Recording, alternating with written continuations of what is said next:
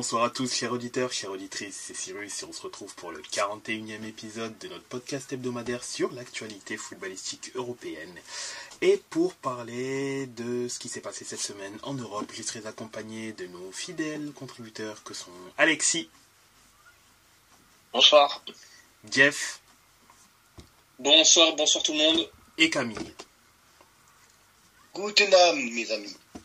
Et donc, dans cette première partie, aujourd'hui, nous parlerons de ce qui s'est passé en Angleterre, que ce soit en Coupe, en FA Cup, où il y a eu des scénarios, de nombreux rebondissements, en championnat où la journée a été entrecoupée par rapport au fait que certains étaient mobilisés en FA Cup, et donc en Serie A et en Allemagne également.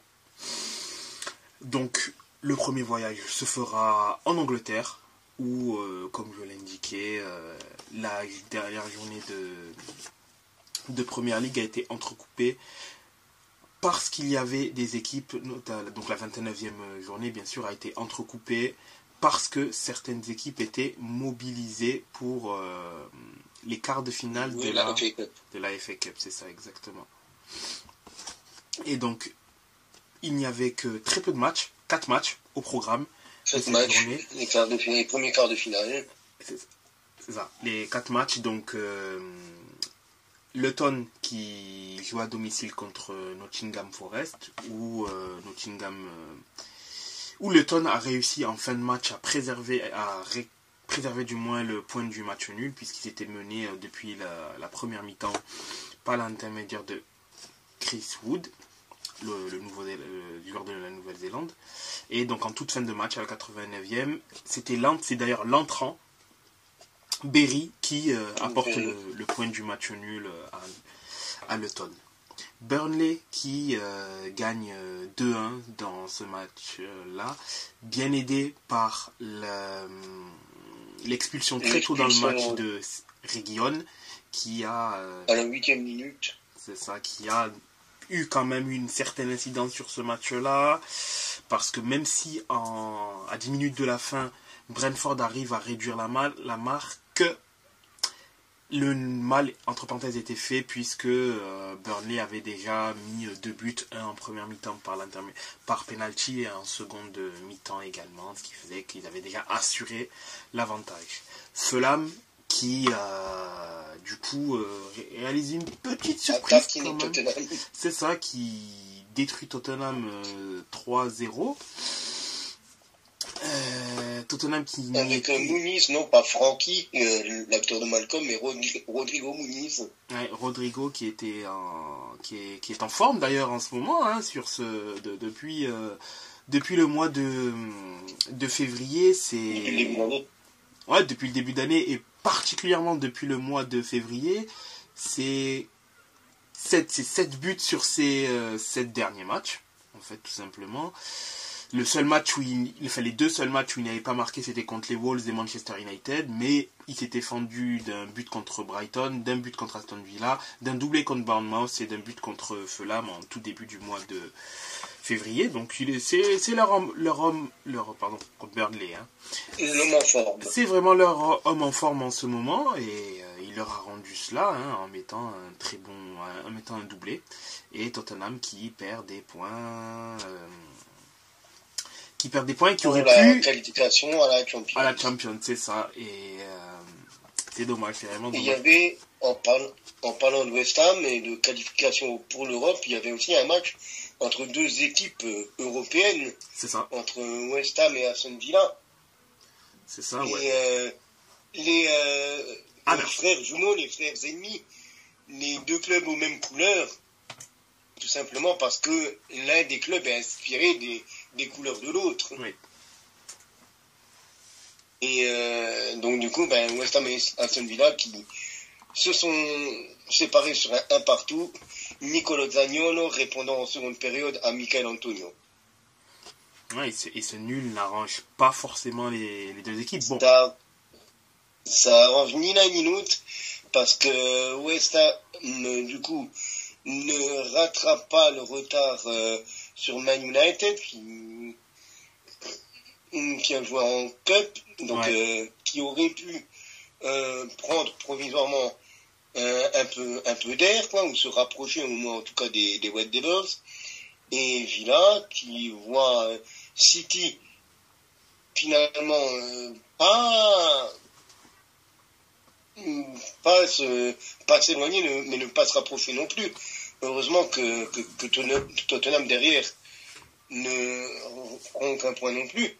Là, ça aurait pu se rapprocher du côté du club de Birmingham. C'est exactement, ils auraient pu se rapprocher, malheureusement ils n'ont pas pu prendre cette chance-là, d'autant plus que derrière Tottenham, comme tu l'as si bien dit, eux n'ont pas également fait un très très mauvais résultat, donc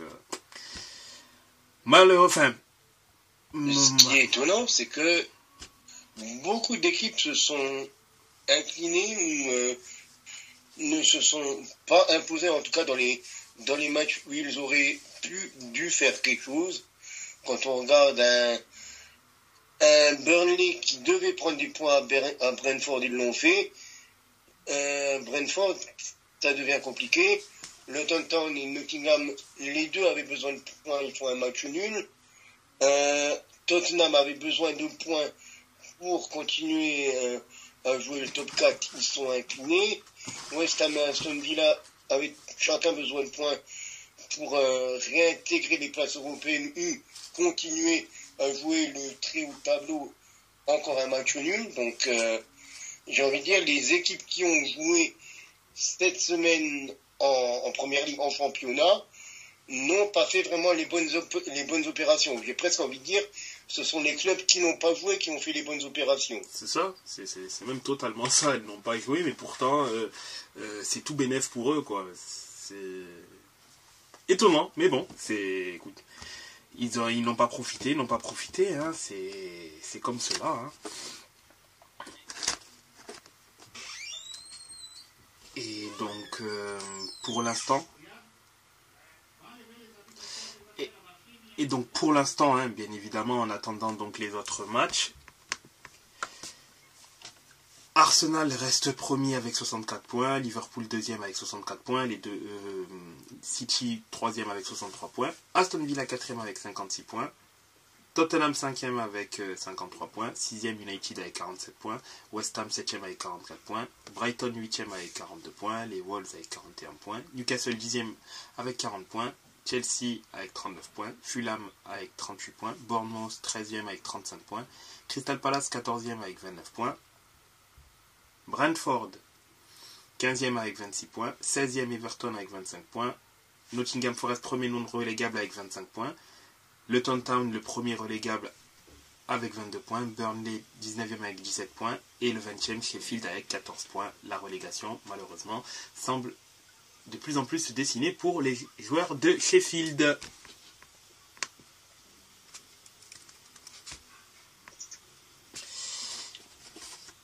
Et au niveau de la FA Cup, puisque quand même... Au niveau de la FA Cup, que s'est-il passé? On avait un petit poussé, il continue encore son chemin jusqu'en demi-finale. Coventry City, qui cette fois-ci s'est joué des Wolves, dans un match où ce fut surtout la fin de match qui fut agité. Ah oui. Avec une ouverture du score de Sims pour Coventry City à la 53e. Les Wolves pensaient avoir fait le plus dur à la 83e et à la 88e minute par Aït-Nouri et Bueno. Mais Coventry City a égalisé à la 97e minute avant que Wright donne la victoire à Coventry à la 100e minute, à la 90e plus 10. Ouais, sur le bout du bout. Au terme de 10 minutes d'arrêt de jeu. C'est Coventry City qui finalement va jouer en demi-finale de FA Cup contre Man United, les Red Devils. Ils ont aussi eu un match très remuant. Et mon cher Cyrus, je crois que tu t'es penché sur ce match, donc je vais te laisser en parler. C'est ça exactement. Et je dirais donc après avoir parlé de ce match-là, les 2-3 joueurs qui pour moi vraiment ont retenu mon attention sur ce match-là, hein, du moins. Ouais, c'était un match très très très intéressant, avec beaucoup d'émotions, entre parenthèses, si t'es supporter d'un des deux clubs, clairement. Et oui, United a très bien démarré sur ce match-là, où McTominay donc va ouvrir la marque. Ensuite, Liverpool, on les connaît, hein, eux, prendre un but derrière, ils savent faire et savent gérer pour pouvoir derrière remonter cela. Et ils ont pu, à 2 reprises, du moins en première mi-temps, remonter ce score-là pour finalement passer la première mi-temps en étant en tête. Le but de l'égalisation, c'était par McAllister. Le deuxième but, c'est par Salah suite à un cafouillage dans la surface où Onana fait le premier arrêt, mais malheureusement, la défense ne suit pas. Et un peu passive et ne suit pas. Et derrière, Salah, étant donné qu'il a la cage grande ouverte, il marque. United, donc, sur la deuxième mi-temps, arrivera à remonter au score grâce à ses remplaçants. Ces remplaçants qui auront tous une très bonne importance, que ce soit Anthony qui va rentrer à la 71e minute, Diallo également, parce que c'est bien Anthony qui va permettre l'égalisation pour Manchester United sur une frappe qui est quand même assez compliquée parce qu'il n'y a pas énormément de... Il y a un très petit trou et d'autant plus qu'il tire avec son pied faible, le pied droit, où il se retourne. C'est un vrai but d'avant-centre. Ouais, pour le coup, un vrai but d'avant-centre. Un vrai but de pivot. Très difficile à mettre et ça va sur le petit filet, hein. Franchement, le gardien de Liverpool, je lui en veux pas là-dessus, puisque il y avait vraiment très peu d'espace et la probabilité pour que ça fasse but, elle était quand même pas très grande. Ensuite, Harvey Elliott qui était entré en jeu à un quart d'heure de la fin du côté de Liverpool. D'ailleurs, Elliott, très très bon, franchement très très bon joueur et lui, il va continuer à grappiller du temps de jeu parce que vraiment, celui-là, il mérite d'avoir beaucoup de temps de jeu. Et d'ailleurs, également Bradley, hein, les deux, Connor Bradley et Harvey Elliott, les deux vont se montrer décisifs. Pourquoi ? Parce que c'est Bradley qui va être passeur décisif pour Elliott, donc à la 105e minute de la prolongation. Mais cette fois-ci, c'est United qui va jouer un mauvais tour à Liverpool parce que à la 112e minute, sur une belle contre-attaque, McTominay fait une super passe dans l'intervalle à Rashford qui lui ne cherche pas à contrôler ou quoi que ce soit. Il tire en première intention et bat donc le gardien de Liverpool. Et c'est à la toute fin de match, à la 121e minute, que sur une contre-attaque très rapidement jouée par Garnacho et Diallo, Garnacho la lance à Diallo. Diallo qui donc ajuste Keller et donc qui ajuste Keller. 4-3 pour Manchester United. Il est heureux, il est content, il lève son maillot et étant donné qu'il avait déjà un carton jaune qu'il venait de prendre 4 à 5 minutes avant, après sa célébration il prend un carton rouge, il sort. Bon, il restait très très peu de minutes, hein, heureusement. Il offre d'ailleurs son maillot à un supporter dans le stade, après il sort. C'est plus une erreur de jeunesse, je dirais, à ce niveau-là, parce que voilà, même si on comprend, dans l'euphorie, il est heureux d'avoir marqué. Mais c'est vrai que, bon, il aurait pu ne pas le faire, mais allez, on lui pardonne, c'est la jeunesse. Et United se qualifie donc pour les demi-finales de FA Cup. City, lui, j'ai aussi vu le match, mais celui-ci était quand même moins entraînant, le match de City contre Newcastle, puisque c'est plutôt City qui a vraiment bouclé le match en une mi-temps. En une mi-temps, il y a Bernardo Silva a fait parler la poudre en mettant un bon doublé des familles, et puis derrière, ça a été tranquillement géré de la part de Manchester City. Mais donc City se qualifiera en gagnant 2-0. Par contre, Chelsea contre Leicester, c'était quand même plus animé. Là où c'est vraiment plus animé, où Chelsea en première mi-temps gagne 2-0 suite à un but de Cucurella et de Cole Palmer. D'ailleurs, Cole Palmer fait une très très belle saison, mine de rien, même si Chelsea en soi ne performe pas, mais lui cette année... c'est le phare dans la nuit de Chelsea, Cole Palmer, cette saison. Exactement, et il est difficilement critiquable, et j'espère d'ailleurs qu'il sera pris pour l'Euro, parce qu'il le mériterait amplement, et malheureusement il peut rien y faire sur le fait que Chelsea ne performe pas, mais en soi, il fait une très belle saison, et je ne sais pas si je peux dire qu'il a fait un bon choix de quitter City pour Chelsea, mais en tout cas, à titre individuel, lui n'est pas critiquable, et à voir ce que ça va donner lorsque le Chelsea sera une équipe un peu plus structurée, je dirais. Donc, première mi-temps, Chelsea gagne 2-0. Début de seconde mi-temps, Dizazi va marquer contre son camp. Un ancien de la Ligue 1 qui était à Montpellier, Stéphie m'avait dit. Ancien de la Juventus aussi. C'est ça, m'avait dit. Un ancien de la Juventus et également de Dijon et Montpellier. Plus Montpellier parce qu'il a joué quand même 3 saisons là-bas.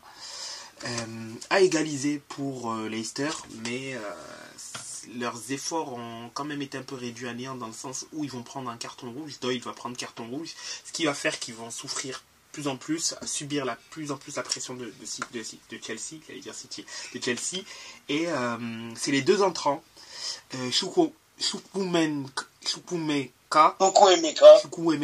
et Madueke, qui sont rentrés à la 78e et à la 86e, qui vont à la 92e et 98e clore la marque en mettant le 3e et le 4e but de Chelsea, qui leur permet donc de rallier les demi-finales de moins de FA Cup. Chelsea qui donc affrontera donc Manchester City. Est-ce que Chelsea sera encore maudit en FA Cup? Déjà, est-ce que Chelsea arrivera en finale? 1 et 2, est-ce que s'ils arrivent en finale, seront-ils encore maudits? Bonne question. Mais en tout cas, il y a la possibilité d'avoir un rematch de l'année dernière en FA Cup où City avait gagné Manchester United. Mais bon, faudra que United passe Coventry et City passe Chelsea. Mais on peut avoir le Derby of Manchester en finale. C'est ça. Et City est mine de rien toujours en lice pour un deuxième triplé d'affilée. Sur la scène nationale, triplé, puisqu'ils sont, c'est Liverpool qui a gagné la Cup, Cup, et donc ils ont perdu le Community Shield d'ailleurs, il me semble d'ailleurs contre Liverpool, si je ne dis pas de bêtises. Je sais qu'ils l'ont perdu. Je sais plus si c'est contre Liverpool ou contre Arsenal en début de saison. Ça ils l'ont perdu parce qu'ils ont gagné la Super Coupe d'Europe et la Coupe du Monde des clubs, donc ils ne pourront pas gagner tout ce qui est possible. Mais ils sont en lice toujours sur le triplé domestique, FA Cup, championnat et Ligue des Champions. Et c'est bien contre Arsenal qu'ils avaient perdu. Ah, ouais, contre Arsenal. Oui, forcément. Puisque s'ils gagnent la Cup, c'est contre le deuxième du championnat qui doivent. Et il me semble que c'est Arsenal qui avait fini deuxième du championnat. Donc c'est Arsenal qui avait fini après s'être écoulé. Après avoir mené je ne sais pas combien de temps au score, on va dire, la saison dernière. C'est ça, exactement. Du coup, on peut cette fois-ci parler, après avoir donc parlé de ce qui s'est passé en Angleterre, on peut cette fois-ci bifurquer sur la Serie A où, bien évidemment, la journée n'est pas terminée. Il y a notamment le Naples-Inter qui se joue actuellement, où le score est de 0-0. L'Atalanta-Fiorentina qui est actuellement reporté suite à un très grave incident ayant touché un dirigeant de la Viola. Apparemment, ça serait le directeur général Joe Barone de la Fiorentina qui aurait eu un malaise cardiaque et qui aurait été transporté d'urgence à l'hôpital. Voilà, donc on espère que ça sera positif pour lui. De toute manière, dans ce genre de cas-là, bien évidemment, le football passe au second plan. Donc le match sera reporté et espérons que ça aille mieux de ce côté et surtout que... on nous souhaite un bon rétablissement. Un bon rétablissement, c'est ça, exactement. En ce qui s'agit des matchs qui se sont joués aujourd'hui, à l'heure du repas, il y avait la Juventus qui recevait le Genoa. La Juve qui était sur une victoire en 7 matchs. La Juve qui avait besoin de s'imposer face à un Genoa malade, face à un Genoa qui était aussi sur une victoire sur ses 5 derniers matchs. Et ce fut une purge. Il n'y a pas d'autre mot. Ce fut une purge, ce Juve Genoa.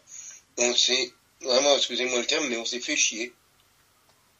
On a eu quelques occasions, par-ci, par-là, mais il suffit de regarder les statistiques, sur l'ensemble du match, on a 4 tirs cadrés. 2 pour la Juventus, 2 pour le Genoa. On a eu la Juve qui a eu beaucoup de ballons, mais qui n'en a rien fait. Donc, je vais pas répéter ce que je dis depuis le début de 2024. Il faut un changement d'entraîneur. Il ne pas quoi faire avec cette équipe. Il s'entête à mettre Chiesa dans l'axe, il s'entête avec son 3-5-2 qui n'est pas compatible avec les joueurs qu'on a. Et en plus, la cerise sur le gâteau, c'est le carton rouge dans les arrêts de jeu de Vlahovic pour contestation. Donc vraiment un match catastrophique de la part de la Juventus, mais lentement on commence à en avoir l'habitude. Je suis presque résigné par rapport à cette équipe de la Juve, actuelle. Pourtant, avec les joueurs qu'on a, ça devrait bien jouer. En plus, on a récupéré quasiment tous les titulaires. L'infirmerie est relativement vide, excepté le jeune Alcaraz et les 2 suspendus jusqu'à la fin de la saison, Fagioli et Pogba. Mais avec cette équipe-là, Max Allegri n'arrive rien à faire.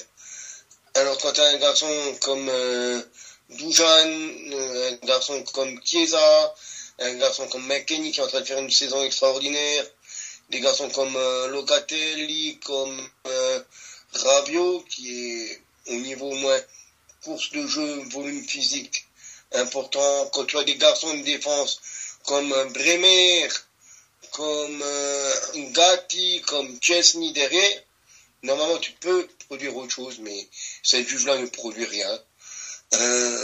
Donc elle ne gagne pas. Et maintenant, elle voit tout simplement les équipes de derrière se rapprocher. Et heureusement qu'il y a encore des matchs à jouer, parce que je me dis là, ça commence à devenir compliqué, même pour la 3e place. On risque de finir 4e. Mais bon, le grand gourou avait dit 4e place. Donc si le grand gourou l'a dit, on finira 4e à la fin de saison. Et le Bologne nous passera devant. Donc voilà, ce n'est plus à faire. Je ne fais plus qu'attendre la fin de saison là actuellement avec la Juventus. La semaine prochaine, on se déplace à Rome pour jouer la Lazio. On va les jouer 2 fois en 3 jours. On va jouer la Lazio à Rome en championnat. On va jouer la Lazio 3 jours après à domicile en Coppa Italia. Espérons qu'on fasse quelque chose en Coppa Italia. C'est le seul truc qui peut encore, entre guillemets, sauver la saison. Si on gagnait la Coupe Italie, voilà, on aura un titre. C'est bien. Mais vite que la saison se termine et vite qu'on ait quelqu'un d'autre sur le banc.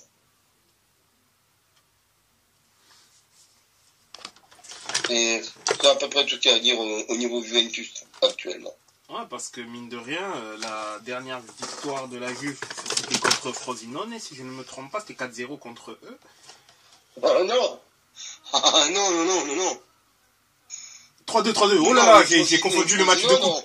C'était un championnat, c'était 3-2. Le Frosinone, on le gagne 3-2 en marquant à la 80, je sais plus combienième, 95e. C'est ça, exactement. C'était le match de coupe que vous aviez gagné 4-0. Oui, c'était le match au début d'année quand ça marchait bien encore. Quand l'équipe marchait bien. Quand on alignait des 6-1, des 4-0. Là, ça allait bien encore. Non. Non, le match de Frosinone, c'est la dernière victoire et on le gagne 3-2 avec un but de Rougani à la 95e. Ouais, parce que sur les... Alors qu'on était mené. On était mené à la mi-temps, me semble-t-il. Non, il y avait match nul à la mi-temps. Il y avait 2-2 à la mi-temps. Mais il y avait 2-2 à la mi-temps et c'est à la 95e que Rougani met le but de la victoire. Mais voilà. Là, concernant la Juve, c'est quand même assez inquiétant pour le coup parce que oui.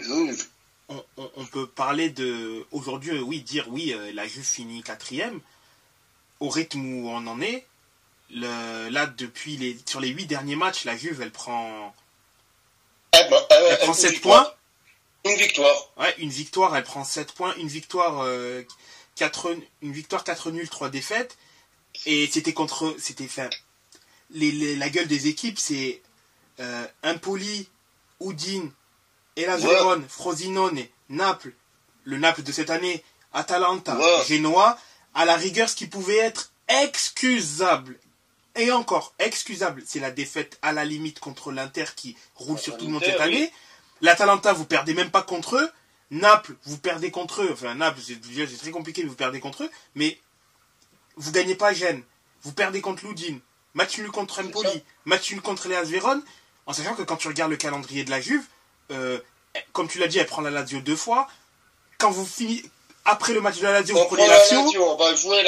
On joue la Fio. Après, en fin avril, il y a le Milan, il y a la S Roma aussi. Le Bologna, l'avant-dernière journée. Ouais, et Bologne en avant-dernière journée. Attention, parce que mine de rien,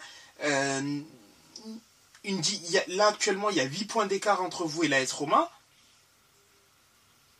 Normalement. Mais au rythme où on va, c'est pas dit qu'à ce moment-là, on y soit encore à 8 points. C'est ça. Là, bon, sauf vraiment... Parce que la Roma, en championnat, ça gagne quand même ces derniers temps. Oui, globalement, ouais. Victoire Salernitana, victoire Cagliari, bon, ils perdent contre vous, contre l'Inter. Mais bon, victoire Frosinone, victoire contre le Torino, victoire contre le Monza, match nul contre la Fio, victoire contre le Sassuolo. Ben oui, la S Roma en 2024, elle ne perd que 2 fois en championnat, contre les 2 équipes de Milan. Sinon, c'est match nul contre l'Atalanta et match nul contre la Fio. Bon, après, en termes de défaite, ils perdent en Ligue Europa contre Brighton, mais c'est anecdotique. Le 1-0 qu'ils perdent, ils avaient mis 4-0 à l'aller. Donc bon, voilà. Et ensuite, ils perdent également en Coupe d'Italie. Mais la AS Roma, concrètement, va très bien et ils seront difficiles à manœuvrer. Bon, ce qui est positif, ce qui peut être entre parenthèses positif, c'est que la 5e place devrait normalement être une qualificative pour la Ligue des Champions. Ce qui vous donne encore une fois un joker. Bien que l'Atalanta, si elle gagne son match, elle revient à 1 point de l'AS Roma. Puisque, bien évidemment, l'Atalanta, vu que son match est repoussé, ils sont à 47 points. Virtuellement, ils peuvent être à 50 points. Donc, à voir ce que ça va donner. Mais attention, parce que oui, il y a encore un petit matelas d'avance pour la Juve. Mais quand tu vois, il y a 2 mois où ils étaient, rien ne dit que s'ils continuent comme ça, enfin là, ce sera plus dans 2 mois, mais dans 1 mois et demi, qui soit hors des places. Dans quel monde la Juventus doit finir 5e du championnat? Ouais, surtout que la majorité du championnat, ils l'ont fait en étant dans les 2-3 premiers. Top 3, quoi. Bah oui, c'est ça. Et bon, après... Non, c'est plus inquiétant, De toute façon, on le sait, il faut un autre entraîneur, parce que la qualité n'est pas extraordinaire. Je ne veux pas dire qu'avec un autre coach, on va devenir Manchester City. Mais il y a quand même les moyens de faire autre chose. Bien sûr. Et que ça soit au niveau des résultats ou au niveau du jeu. Et sinon, Jeff, au niveau du jeu, Milan, comment ça se passe? Eh ben, côté milanais, ça se passe plutôt pas mal. Plutôt pas mal. Milan a rencontré cet après-midi un peu plus tard que la Juve l'Hellas Vérone, à 15h si je dis pas de bêtises. Match qui s'est soldé par un 3-1. Qu'est-ce qu'on peut en dire? Le 5 millième but de l'équipe a été marqué par Christian Pulisic ouais, je crois que c'était, je sais plus si c'est Christian Pulisic ou Théo Hernandez. Je crois que c'est Théo qui l'a marqué. Sachant que le premier but a été marqué à la 44e minute. Donc il a fallu attendre quand même presque toute la mi-temps pour avoir un premier but, alors que le deuxième but est arrivé par Pulisic, du coup, à la 50e minute. Kalulu qui a fait son retour en tant que titulaire, personnellement je l'aurais pas fait, puisqu'il est encore sorti il est sorti sur blessure, ça serait une entorse. On avait des craintes par rapport à Maignan, puisqu'il était sorti du match la semaine dernière, il était sorti sur blessure. Finalement, c'était juste un bleu, donc il a été titularisé cet après-midi. Qu'est-ce qu'on peut en dire? Théo sera suspendu au prochain match parce que il a reçu une biscotte lors de sa célébration de but. On passe à très objectif parce que je pense que c'est une célébration comme une autre.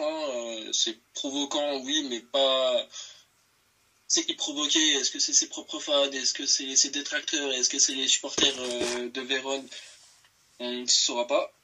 Mais en tout cas, toujours est-il qu'il sera suspendu au prochain match, ce qui est un peu dommage. Samuel Chukwueze, qui était arrivé cet été, a marqué son tout premier but sous les couleurs milanaises. Ça fait très plaisir, c'était un joli but en plus. Donc il a marqué à la 79e pour le 3-1. Le but de Vérone avait été marqué à la 64e par je sais plus comment on dit, Noslin, je crois, c'est comme ça qu'on prononce, si je dis pas de bêtises. C'est un but. Maignan lui-même ne pouvait rien faire et la défense un peu trop passive à mon goût. Je pense qu'on aurait pu la passer. Sinon, j'ai trouvé un Milan assez impliqué. Okafor en neuf, c'était très beau. Je veux continuer de voir Okafor en poste de neuf. Reste à se demander si c'est vraiment utile. J'exagère un peu, mais si c'est pas utile, si c'est vraiment utile d'acheter un neuf la saison prochaine, mais oui, soyons raisonnables, il faut quand même avoir un neuf de plus. Alors, il faut quand même un buteur qui plante ses 10 buts dans la saison. Mais voilà, c'était quand même un match très impliqué de l'équipe, assez sérieux de la part des joueurs, de la part de l'entraîneur. C'était un 11 relativement correct, c'était un 11, c'était une bonne composition, assez classique, mais bon, mettre Chukwueze, Chukwueze a fait une belle entrée, parce que si je dis pas de bêtises, lui était rentré en cours de match. J'ai plus le truc. Je vais regarder vite fait. Oui, il rentre à la 74e, il remplace Okafor. C'est ça. Je viens d'avoir le chiffre en même temps. Il est rentré à la 74e, il a marqué à la 79e. Voilà, ça a été un coaching gagnant. Moi, j'ai bien aimé. D'ailleurs, Okafor n'était pas très content de... Ou c'était Théo? Non, c'était Théo qui est sorti du terrain. Il n'était pas très content d'ailleurs d'être sorti. Sachant qu'il avait déjà un jaune, tu peux te dire que, bon, ça peut être, on va dire, judicieux de le sortir. On n'allait pas risquer d'avoir un rouge, sachant que de toute façon il sera déjà suspendu au prochain match. Mais voilà, c'est tout ce que j'ai à en dire. C'était une belle après-midi. Donc Giroud a aussi eu un peu de temps de jeu à la 66e. Qui lui devrait partir, d'ailleurs je rebondis dessus rapidement, lui pourrait partir, c'est pas encore fait, c'est pas encore officiel, mais pourrait partir en MLS, soit à New York, soit à Los Angeles pour la saison prochaine. Il y aura des discussions probablement en fin de saison avec le staff. Super. Alors qu'on peut indiquer l'ouverture du score lors du match entre l'Atlético et le Barça. C'est Joao Félix qui vient d'ouvrir le score sur une passe de Robert Lewandowski. Il a célébré? Il n'a pas beaucoup célébré. Ah, dommage. Et d'ailleurs, également, il y a également eu l'ouverture du score du côté de Milan, où c'est Darmian qui ouvre le score, et donc l'Inter gagne 1-0. D'ailleurs, Jeff, je ne sais pas si tu l'as vu, mais il y a également eu une alerte par rapport à Maignan, où sur un arrêt avec le pied, il y a eu une petite alerte au niveau de ses adducteurs. Ah non, je crois pas avoir remarqué ça, non. C'était l'adducteur gauche, si je ne me trompe pas, il fait un arrêt avec le pied gauche. Donc c'est avec l'adducteur gauche où il y a eu une petite alerte. Bon, il n'a pas été remplacé dans ce match-là, mais il y a eu une petite alerte. Et donc, bon, il a tenu en fin de match. Je ne sais pas si ça a été retenu, mais c'est vrai qu'à ce moment-là, vu qu'il était en pleine extension, c'était vraiment un très bel arrêt du pied gauche, mais sur le coup, la jambe était pleinement en extension. Peut-être que ça a réveillé quelque chose et bon. Voilà. Ce gardien-là, franchement, je l'adore. J'adore Maignan. C'est l'un des. Il y a aucune comparaison avec son prédécesseur. Mais lui, ce qui me chagrine, et il y a beaucoup de Milanais, pardon, qui comment dire, sont agacés par ça, c'est que c'est un très bon gardien, mais qui se blesse très régulièrement et du coup, il manque un peu de régularité. Et c'est vrai qu'il s'est quand même beaucoup blessé depuis qu'il est chez nous. Enfin, beaucoup. C'est un grand mot, hein. Mais il a été plusieurs fois blessé. Et voilà, il y en a beaucoup qui veulent son départ en disant ouais, s'il peut partir pour 80 millions, on sera content, nanana.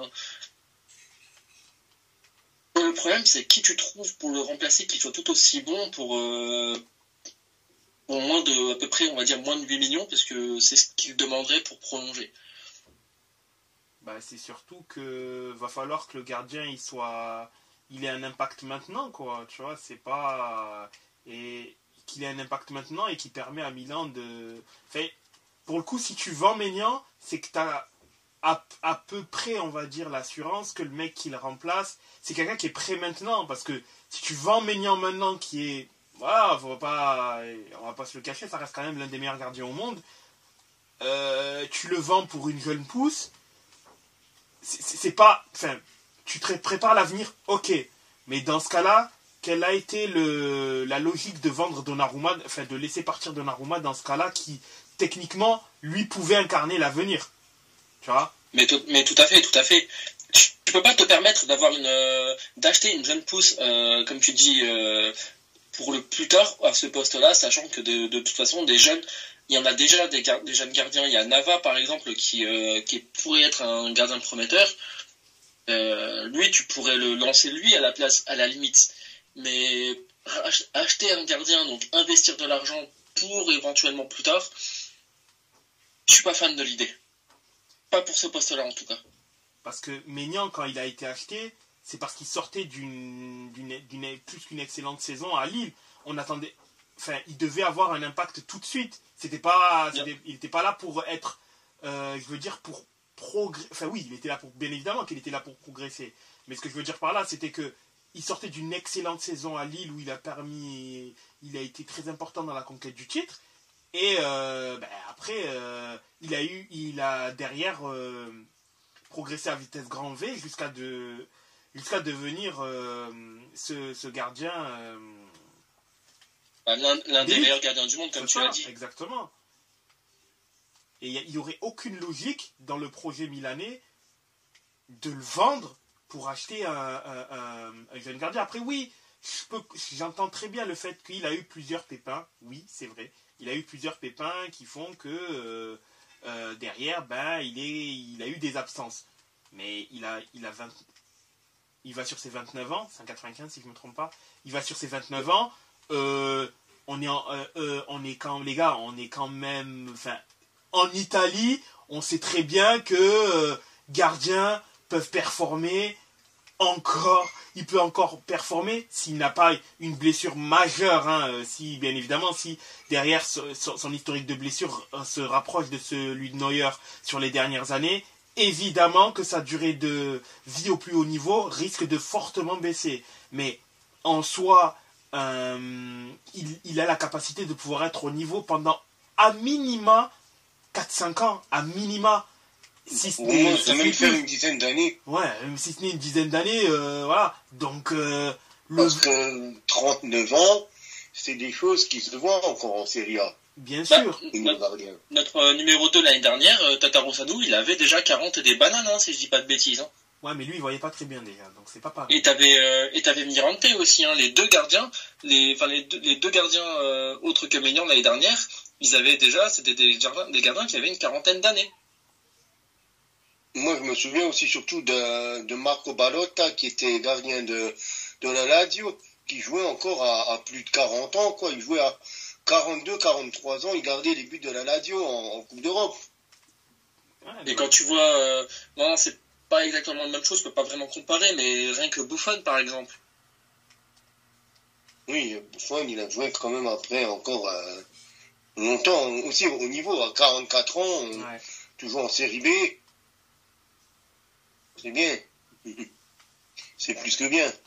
Bien sûr, après, il retourne dans l'un des clubs de ses débuts, donc on va dire que il s'est plus fait il s'est fait plaisir, oui, mais il y avait une part, un, pour rester compétitif, et deux, il y avait cette part de plaisir de pouvoir boucler la boucle, donc bon, ça se conçoit plus que tout, mais oui, il était quand même encore compétitif à cet âge-là, bien évidemment, il avait plus ses réflexes d'il y a 20 ans, mais il était encore très compétitif.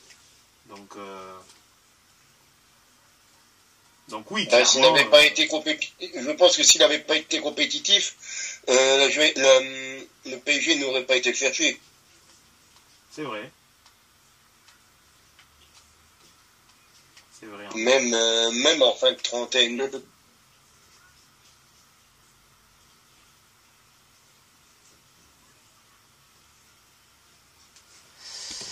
Et donc. Mais du coup, on va peut-être encore parler des autres matchs. Des autres matchs, exactement. Parce qu'il n'y a pas eu que la Juve et le Milan. Il y a eu aussi des victoires plus ou moins probantes. On a eu autrement, les matchs n'ont pas été des grosses victoires. Ça a été une victoire précieuse de Bologne à Empoli. Ça a été une victoire 2-0 du Torino à l'Udinese.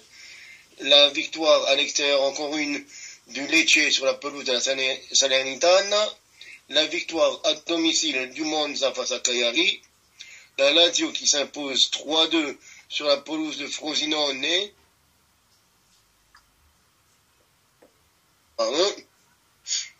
La victoire 1-0 de la Roma face à Sassuolo. Et donc, du coup, comme on disait, l'Atalanta-Fiorentina qui a été reportée. Et qu'est-ce que ça donne au classement ? L'Inter qui joue actuellement et qui mène à la mi-temps 1-0 face au Napoli. Mon cher Cyrus, je te laisse faire le classement. Donc au niveau du classement, à l'instant T, bien évidemment, puisque le match n'est pas terminé, mais l'Inter est premier, mais avec 78 points. Le Milan, deuxième avec 62 points. Troisième, la Juve avec 59 points.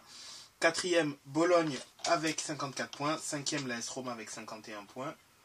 Bologne a 54 points, l'AS Roma 51 points, pardon. Sixième, l'Atalanta avec 47 points. Naples, septième avec 44 points. Lazio, huitième avec 43 points. Égalité de points avec la Lazio qui a également 43 points. Monza, dixième avec 42 points. Torino, 11e avec 41 points. Le Genoa, 12e avec 34 points. Lecce, 13e avec 28 points. L'Udinese, 14e avec 27 points. Et l'Hellas Vérone, 15e avec 26 points, à égalité de points avec Cagliari qui a également 26 points, 17e Empoli avec 25 points, Frosinone est premier relégable avec 24 points, Sassuolo 19e avec 23 points, et la Salernitana dernier avec 14 points. Eux, ça semble quand même assez difficile de les imaginer pouvoir se maintenir, mais donc ils sont 20e avec 14 points. Prenons une petite pause avant de bifurquer sur la dernière partie qui est donc l'Allemagne, où il s'est passé quelques éléments. Donc à tout de suite.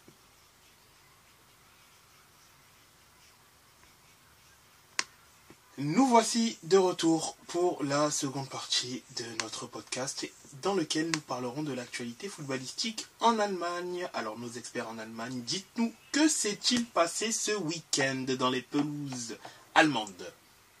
La parole est à vous. Alors déjà, est-ce que l'on commence par la Bundesliga 2 ou par la Bundesliga 1, mes chers amis? Bundesliga 2. Alors, pour la Bundesliga 2, on a eu full house au niveau du top du classement. Les 4 premiers se sont imposés. Donc, statu quo en haut du classement, que ce soit pour St. Pauli, pour le Holstein Kiel, pour le Hambourg ou pour le Fortuna Düsseldorf. Les 4 qui se sont imposés dans des matchs divers et variés. Alors, avec Hambourg qui s'est imposé 3-0 face à Wiesbaden.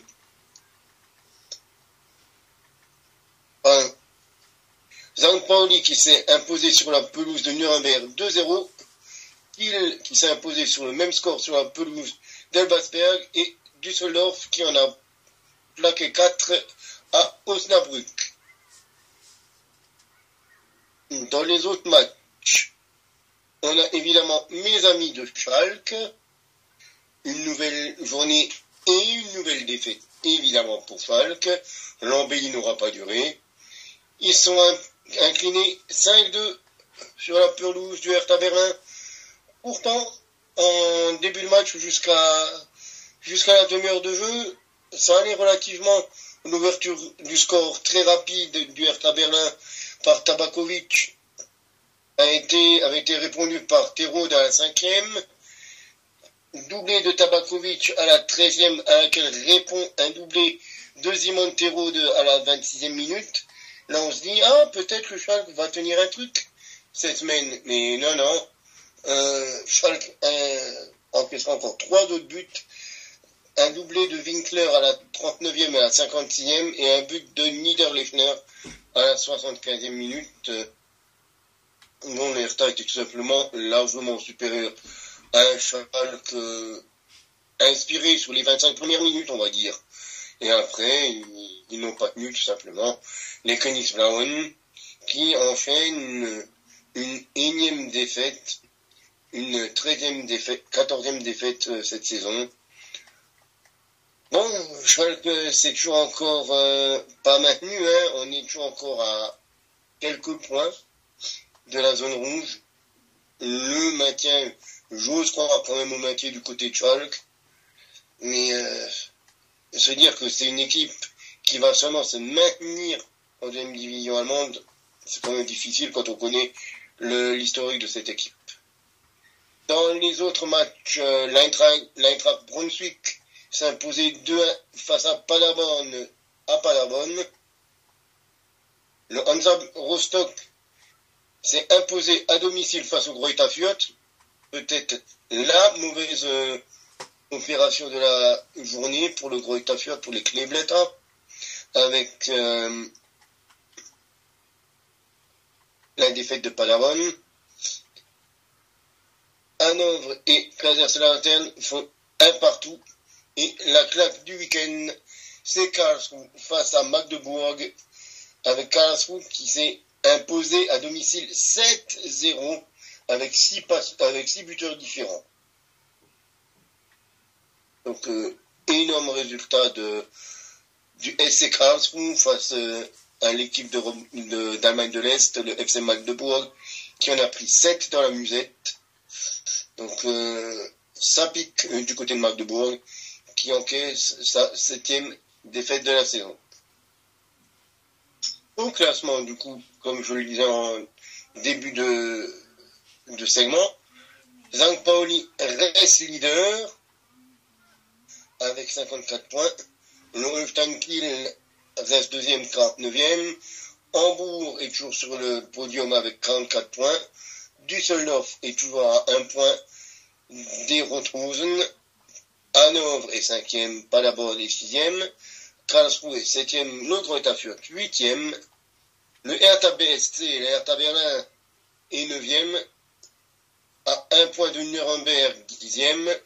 Elversberg est 11e à 35 points. 2 équipes à 31 unités, Magdebourg et Wiesbaden. Schalke est à 1 point de ces 2 équipes avec 30 points. Kaiserslautern est le premier non relégable à 1 point des Königsblauen. Le barragiste, c'est le Hansa Rostock avec 28 points. Seulement 3 points derrière le 13e et derrière le 12e. Le Braunschweig est 17e, mais seulement à 3 points du 14e. Tandis que Osnabrück est loin derrière, dernier avec 18 points seulement au compteur.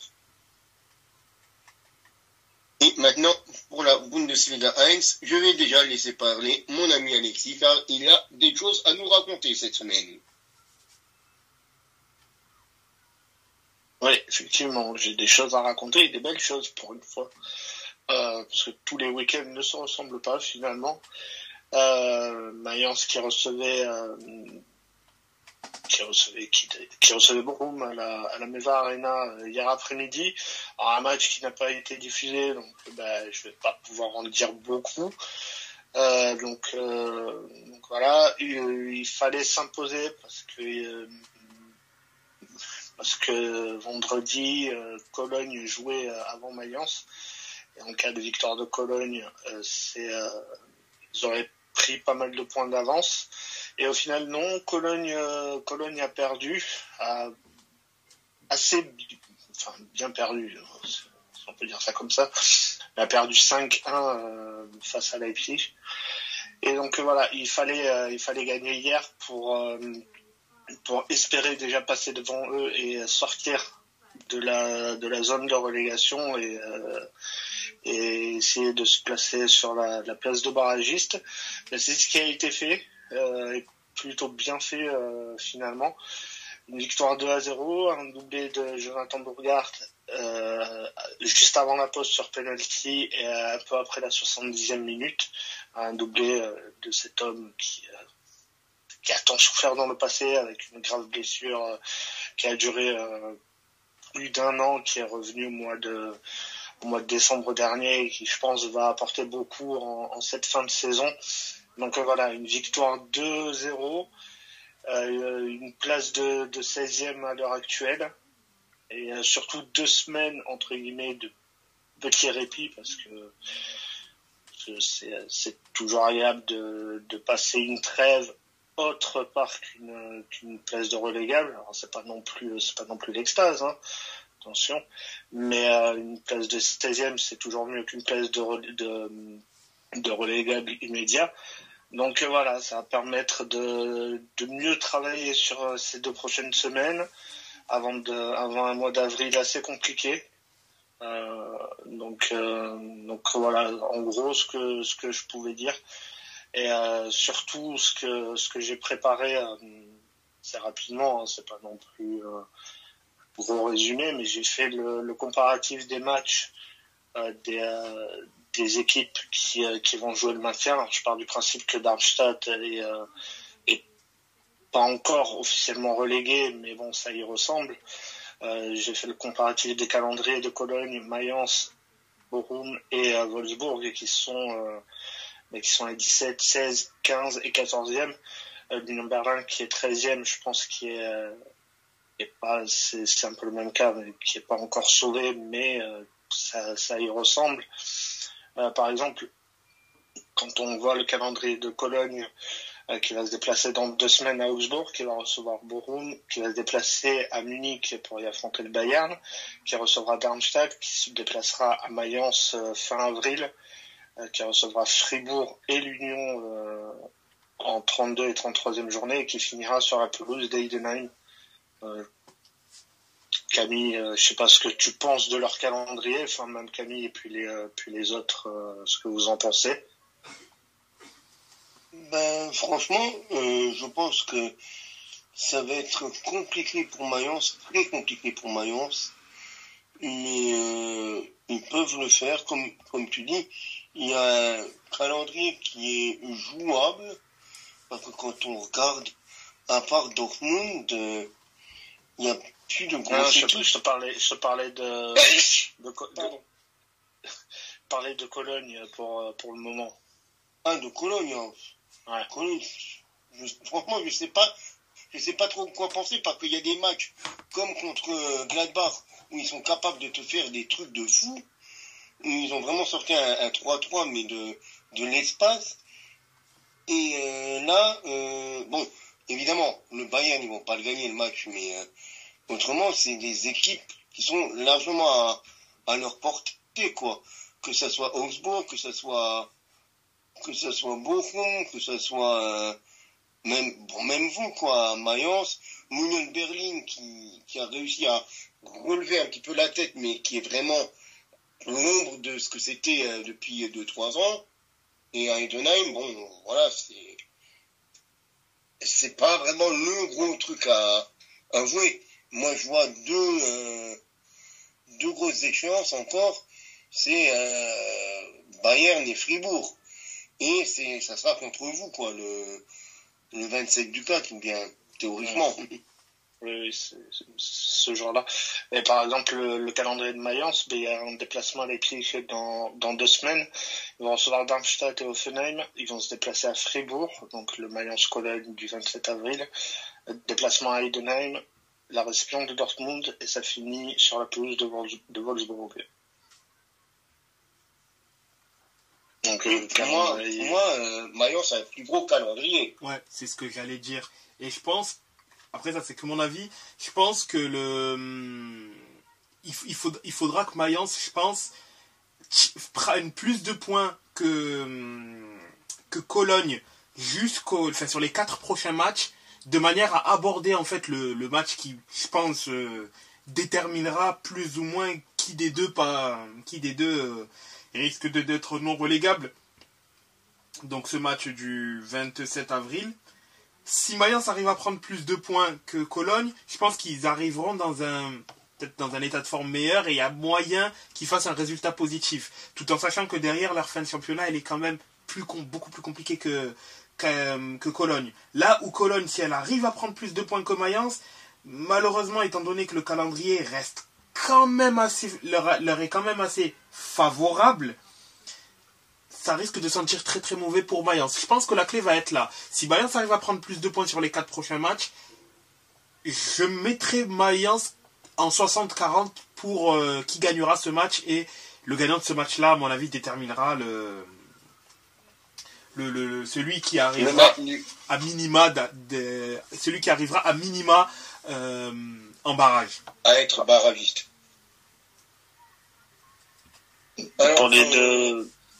Alors qu'on peut dire que le Barça vient de doubler la mise avec Lewandowski pour son 13e but de la saison. Et pour les deux... vas-y. C'était juste pour le live, en fait, quoi, du score entre l'Atlético et le Barça. Excusez-moi de t'avoir coupé la parole.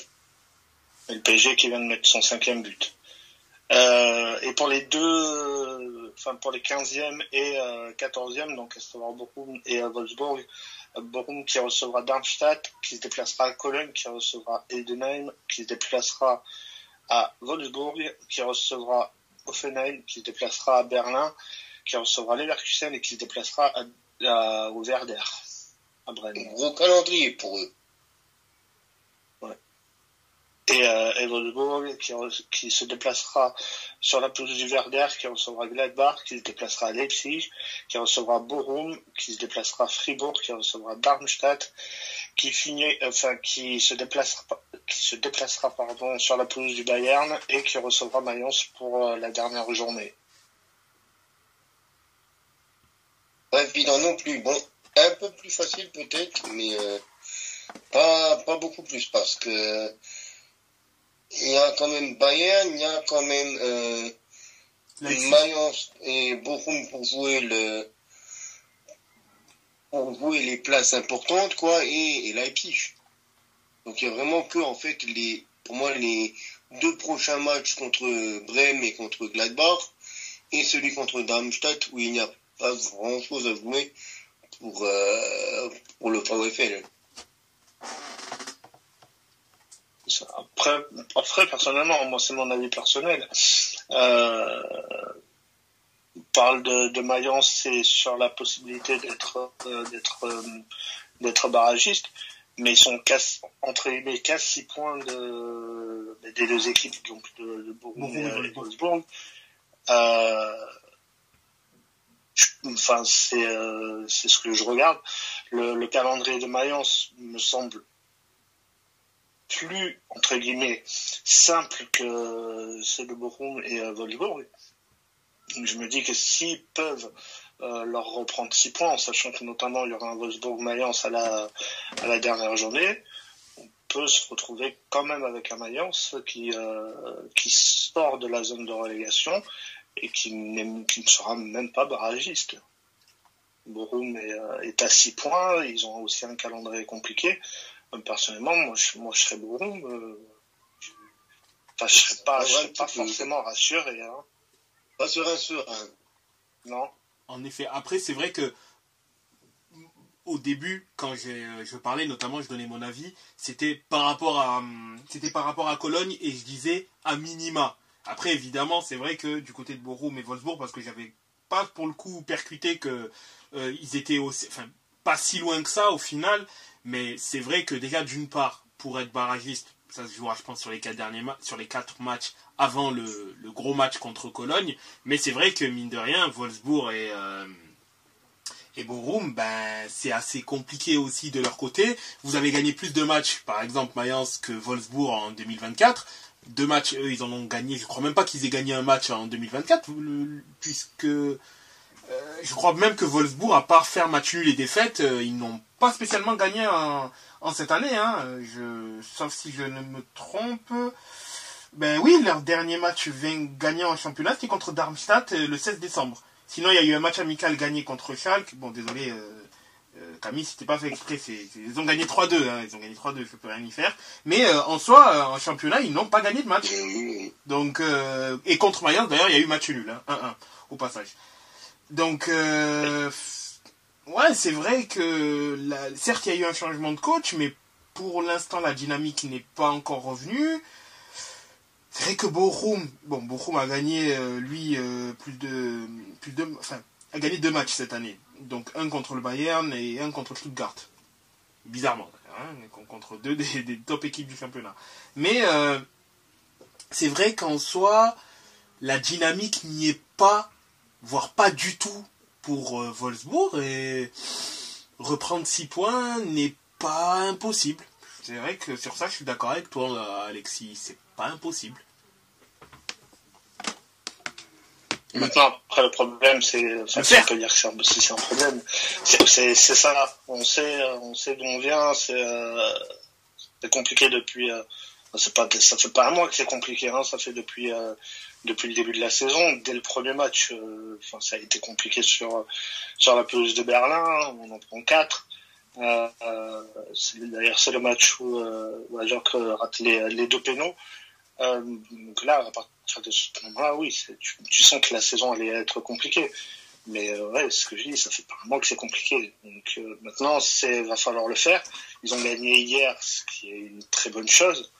Maintenant, le prochain match risque d'être compliqué. Après, honnêtement, je vois pas Cologne aller gagner à Augsbourg. Donc je pense qu'on sera encore devant eux après cette journée.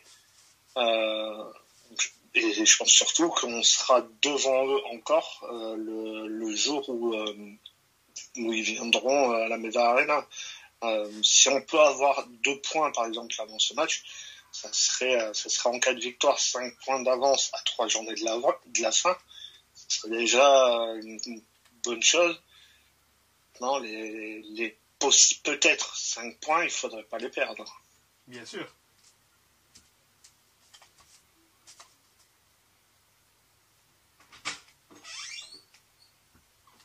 Donc voilà ce que je pouvais dire sur la course au maintien, sur Mayence, et tout en sachant que j'ai préparé également la même chose pour la Ligue 2, pour la montée, les barrages.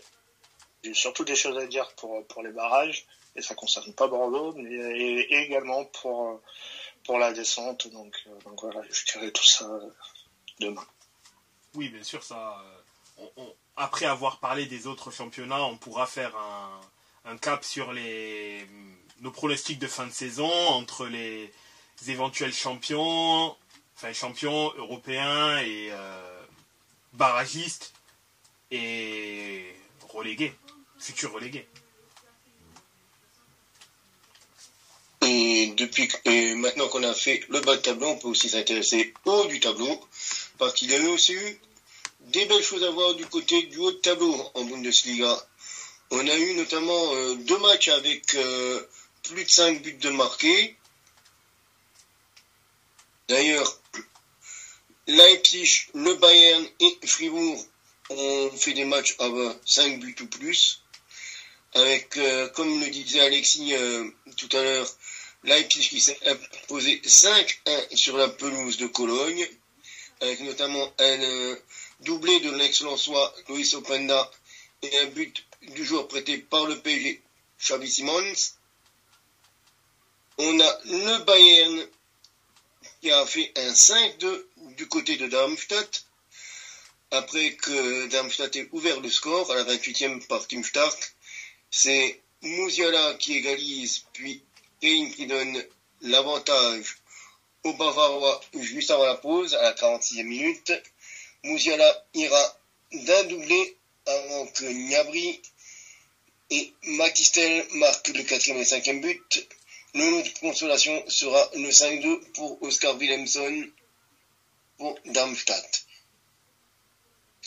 On a aussi un 3-2 du côté de Fribourg.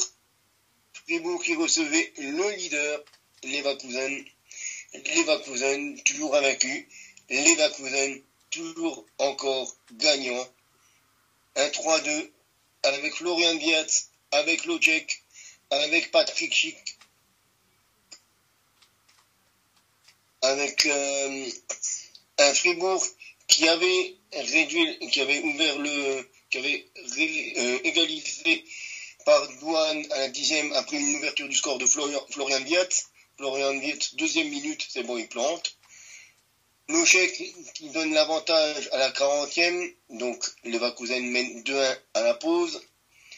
Puis 3-1 à la 53e par Patrick Schick, avant que Keitel vienne réduire le score à un peu moins de 10 minutes de la fin. Mais victoire 3-2, encore une victoire pour Leverkusen, c'est 22 victoires en 26 matchs. Il y a encore à dire qui n'a pas été dit depuis le début de la saison sur le travail titanesque que fait Xabi Alonso au sein de ce club. On a la victoire 3-1 d'Augsbourg sur la pelouse de Wolfsburg, avec un carton rouge en fin de première période pour Wimmer. Wimmer qui était déjà le buteur de Wolfsburg au début de la rencontre, à la 9e. On a l'Union de Berlin qui s'est imposé 2-1 à domicile face au Werder Bremen. Dortmund qui s'est imposé 3-1 face à Francfort, qui était le dernier match de cette journée en fin d'après-midi, là, avec notamment un but de Mario Götze pour Francfort, des buts d'Adeyemi, Hummels et Emre Can pour le BVB, et Stuttgart qui allait s'imposer sur la pelouse de Hoffenheim 3-0, avec encore un but de monsieur Serhou Guirassy. Le dernier résultat est Heidenheim-Gladbach, c'est fini sur un 1 partout. Et donc, au classement, qu'est-ce que ça nous donne du côté du classement de la Bundesliga?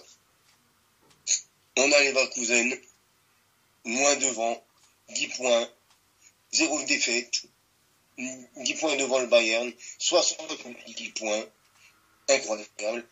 On a le Bayern 2e à 60 points, Stuttgart 3e à 56, Dortmund qui est déjà décroché à 6 points, pas de point 4e, Leipzig est 5e à 1 point derrière le BVB, Francfort 6e et à 9 points de Leipzig, 40 points.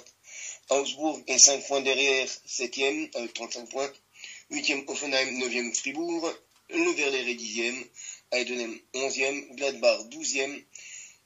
Union Berlin est 13e. Wolfsburg est 14e. Bochum est le premier non relégable avec 25 points, 15e. À 6 points de Mayence barragiste, 19 points. Cologne est premier relégable actuellement avec 18 points. Et Darmstadt, lanterne rouge avec 13 points.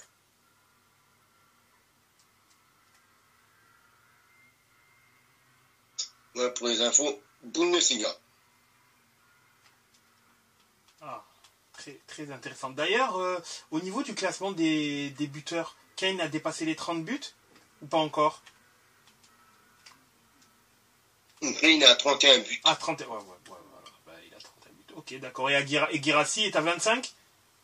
Il est à 22. 22, ok. Oh. Lui, 22 pour Guirassy, 31 pour Kane, 19 pour Opanda, 14 pour Demirovic d'Augsbourg et Undav de Stuttgart. Stuttgart, ils sont avec leurs 2 buteurs à 36 buts. Le deuxième et le quatrième actuellement. Quatrième ex aequo en comptant que Demirovic a le même nombre de buts que Undav. Eh ben, Guirassy, il va pas du tout faire long feu cet été. Après, est-ce qu'il se dit peut-être que ce serait intéressant de jouer la Ligue des Champions avec Stuttgart, puisqu'il sera assuré de la jouer là. Enfin, il serait, du moins, si Stuttgart se maintient dans le top 4. D'ailleurs, quel est le pays qui est deuxième au classement UEFA cette année? C'est l'Allemagne, non? C'est une bonne question. C'est l'Allemagne ou l'Angleterre? Puisque, vu que l'Italie semble être l'équipe qui risque d'avoir le 5e strapotin en Europe, je ne sais plus si c'est l'Allemagne ou c'est l'Angleterre. Alors, je suis actuellement en train de regarder sur le site de l'UEFA. Le coefficient actuel des pays en 2023-2024, l'Angleterre est premier, l'Espagne est deuxième, l'Italie est troisième, l'Allemagne est quatrième et la France est cinquième. Ok. Et sur le nombre de points pris par pays cette année, je sais que l'Italie est première pour l'instant encore, mais qui est deuxième?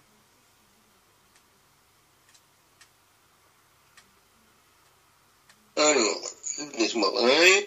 Coefficient de la saison. Parce que c'est ce coefficient-là qui va déterminer qui aura la 5e place. Lesquelles des 2 équipes auront la 5e place. Season country. Actuellement, l'Italie est première avec 124 000 points et l'Allemagne est deuxième. Ah, c'est l'Allemagne donc qui prendrait l'Angleterre troisième, France quatrième et Espagne cinquième. Ok, d'accord. Donc c'est l'Allemagne qui prendrait 5 équipes en C1. Ok, d'accord. C'est ça. Ah bah c'est bien pour la... Du coup, c'est super bien pour la Bundes. Et ben... Là, actuellement, c'est Dortmund donc qui est 5e, c'est ça? Tu te racontes pas de bêtises? Non, il me semble... C'est Leipzig le 5e. Ah. Dortmund est 4e. Ah du coup, Leipzig, pour l'instant, il serait bien, ils arriveraient à se qualifier pour la prochaine C1. Ok, d'accord. Merci de l'information. Il n'y a pas de quoi. Et donc, sur ce... Restez informés toujours. La base des infos, la base du partage aussi, la base des connaissances. Sur ce, messieurs, sur ces belles paroles, on va se laisser là, je pense, pour ce soir. Exactement. On se rejoint demain soir pour parler de la France, de l'Espagne et de nos pronos par rapport à cette fin de saison qui est toujours encore haletante. C'est exact, en effet. C'est une excellente fin de journée. Une bonne soirée, ciao. Et on se retrouve demain. Salut.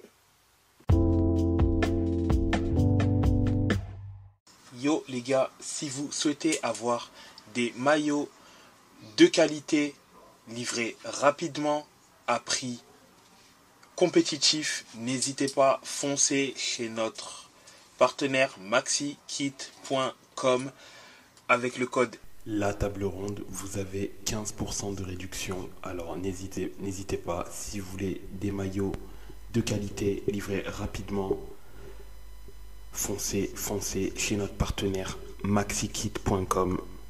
code promo la table ronde, tout attaché en minuscule. Et si ça ne fonctionne pas, essayez bien en majuscule également. See you next time and peace.